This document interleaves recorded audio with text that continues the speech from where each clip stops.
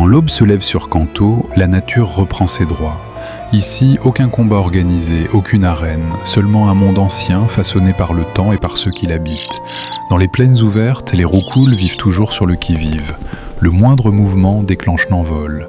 Survivre commence par voir et fuir.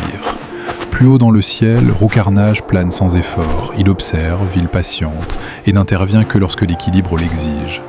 Au sol, Ratata explore sans relâche. Chaque odeur est une piste, chaque bruit une alerte. Quand Ratata apparaît, le territoire est déjà décidé. Dans la forêt, la vie avance lentement.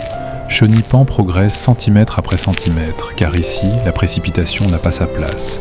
Un peu plus loin, Papillusion vole librement, reliant chaque génération à la suivante. Sa métamorphose nourrit la forêt et maintient un cycle invisible mais essentiel.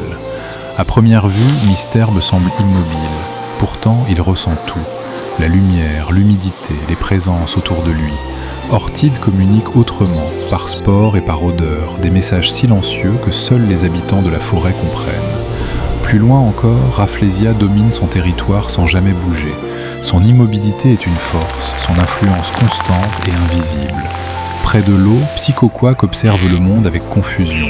Son esprit est instable, mais parfois une puissance inattendue émerge. Non loin de là, Ramolos incarne la patience. Des heures peuvent passer sans le moindre mouvement. Ici, attendre est une stratégie. Sous la surface, Tentacool se laisse porter par les courants.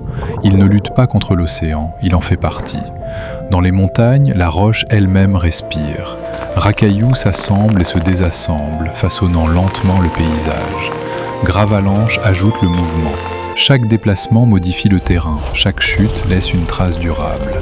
Plus haut encore, Grolem se dresse, massif et immobile. Quand il apparaît, le décor s'adapte à lui. Sous la surface, Onyx trace ses propres tunnels. Ancien et silencieux, il est le gardien d'un monde que peu verront. À la tombée de la nuit, les règles changent. Phantominus glisse entre les arbres, ni tout à fait présent, ni totalement absent. Dans l'ombre, Ectoplasma observe. Il ne chasse pas toujours. Parfois, il se contente de regarder. Comme nous. Kanto n'est pas un champ de bataille. C'est un équilibre fragile, maintenu par chaque Pokémon, du plus discret au plus imposant. Et tant que la nature respirera, ce monde continuera d'exister, loin des regards humains.